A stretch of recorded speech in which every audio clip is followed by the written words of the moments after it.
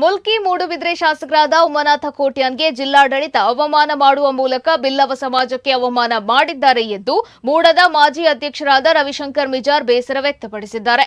ಅವರು ನಗರದ ಖಾಸಗಿ ಹೋಟೆಲ್ನಲ್ಲಿ ಆಯೋಜಿಸಿದ ಸುದ್ದಿಗೋಷ್ಠಿಯಲ್ಲಿ ಮಾತನಾಡಿ, ಕನ್ನಡ ಜಿಲ್ಲೆಯ ಅತಿ ಪ್ರಮುಖ ಪ್ರದೇಶ ಮತ್ತು ದಕ್ಷಿಣ ಕನ್ನಡ ಜಿಲ್ಲೆಗೆ ಬರುವಂತಹ ದಕ್ಷಿಣ ಕನ್ನಡದ ಎಲ್ಲಾ ಜನರ ಒಂದು ಪ್ರಮುಖ ಪ್ರವಾಸಿ ತಾಣ ಅಂತ ಹೇಳಿದ್ರೆ ತಪ್ಪಾಗಲಾರದು.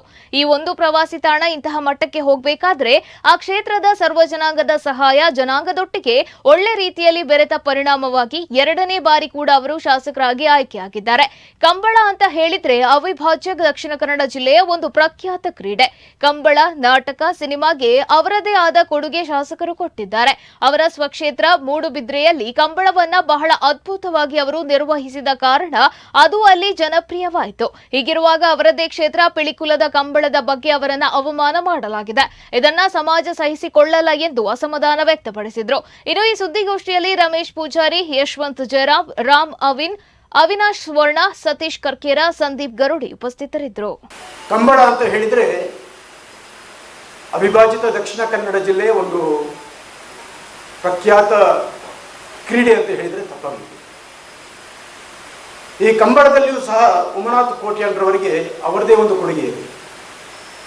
ಅವರ ಸ್ವಕ್ಷೇತ್ರ ಮೂಡುಬಿದ್ರೆಯಲ್ಲಿ ಕೋಟಿ ಚೆನ್ನಯ್ಯ ಕಂಬಳವನ್ನು ಬಹಳ ಅಭೂತಪೂರ್ವವಾಗಿ ಅವರು ನಿರ್ವಹಿಸಿದ ಕಾರಣ ಆ ಒಂದು ಕ್ರೀಡೆಗೆ ಬಹಳಷ್ಟು ಪ್ರೋತ್ಸಾಹವನ್ನು ಪಡೆಯುವಲ್ಲಿ ಅವರು ಯಶಸ್ವಿಯಾದರು.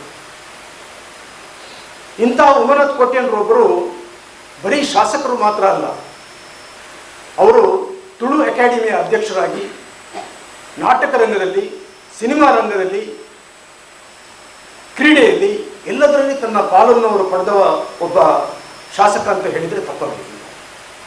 ಅದಕ್ಕಿಂತ ಮುಖ್ಯವಾಗಿ ದಕ್ಷಿಣ ಕನ್ನಡ ಜಿಲ್ಲೆಯ, ಇದು ಹೇಳಲೇಬೇಕಾದ ವಿಷಯ ಯಾಕೆ ಅಂತ ಹೇಳಿದರೆ, ದಕ್ಷಿಣ ಕನ್ನಡ ಜಿಲ್ಲೆಯ ಒಬ್ಬನೇ ಒಬ್ಬ ಬಿಲ್ಲವ ಶಾಸಕ ಅಂತ ಹೇಳಿದರೆ ಅದು ಉಮಾನಾಥ ಕೋಟ್ಯಾನ್. ಸರ್ವ ಸಮಾಜವನ್ನು ಹತ್ತಿರ ತಗೊಂಡು ಸರ್ವ ಸಮಾಜದ ಶಕ್ತಿಯೊಂದಿಗೆ ಅವರು ಒಳ್ಳೆಯ ನಿರ್ವಹಣೆಯನ್ನು ಈವನ್ ನಮ್ಮ ಕರ್ನಾಟಕದ ಸದನದಲ್ಲೂ ಅವರು ಪ್ರಶ್ನೆಗಳ ಮುಖಾಂತರ, ಅವರು ತಂದಿರುವ ಅನುದಾನದ ಮುಖಾಂತರ ಕ್ಷೇತ್ರದ ಅಭಿವೃದ್ಧಿಗೆ ಸಾಕಷ್ಟು ಕೆಲಸವನ್ನು ಮಾಡಿದ್ದಾರೆ.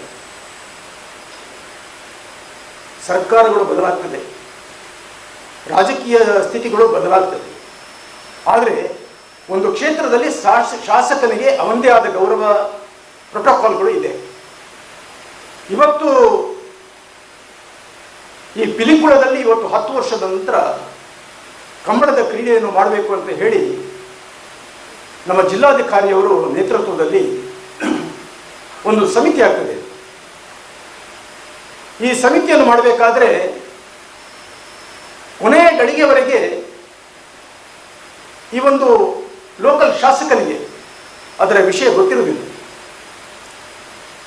ಅವರಿಗೆ ಗೊತ್ತಿಲ್ಲದೇನೆ ಅಲ್ಲಿ ಸಮಿತಿಯ ನಿರ್ಮಾಣ ಆಗ್ತದೆ. ತದನಂತರ ಒಂದು ಲಾಸ್ಟ್ ಮಿನಿಟ್ ಅಂತ ಹೇಳಿದ ಹಾಗೆ ಒಂದು ಇನ್ಫಾರ್ಮೇಶನ್ ಅವರಿಗೆ ಬರ್ತದೆ. ನಮ್ಮ ದಕ್ಷಿಣ ಕನ್ನಡದ ಡಿ ಸಿ ಅವರು ಅವರಿಗೆ ದೂರವಾಣಿಯ ಮುಖಾಂತರ ಕಾಲ್ ಮಾಡುವ ಮುಖಾಂತರ ಅವರಿಗೆ ವಿಷಯವನ್ನು ತಿಳಿಸ್ತಾರೆ. ತದನಂತರ 4ನೇ ತಾರೀಕಿಗೆ ಸೆಪ್ಟೆಂಬರ್ ಅದೇನು ಆ ಕರೆ ಅಂತ ಇದೆ ಅಲ್ಲಿ, ಅದರ ಒಂದು ಪೂಜೆಯನ್ನು ನೆರವೇರಿಸ್ತಾರೆ. ಅದಕ್ಕೂ ಸಹ ಅವರನ್ನು ಬಹಳ ಗೌಪ್ಯವಾಗಿ ಇಟ್ಕೊಂಡು ಆ ಕೆಲಸವನ್ನು ಮಾಡ್ತಾರೆ.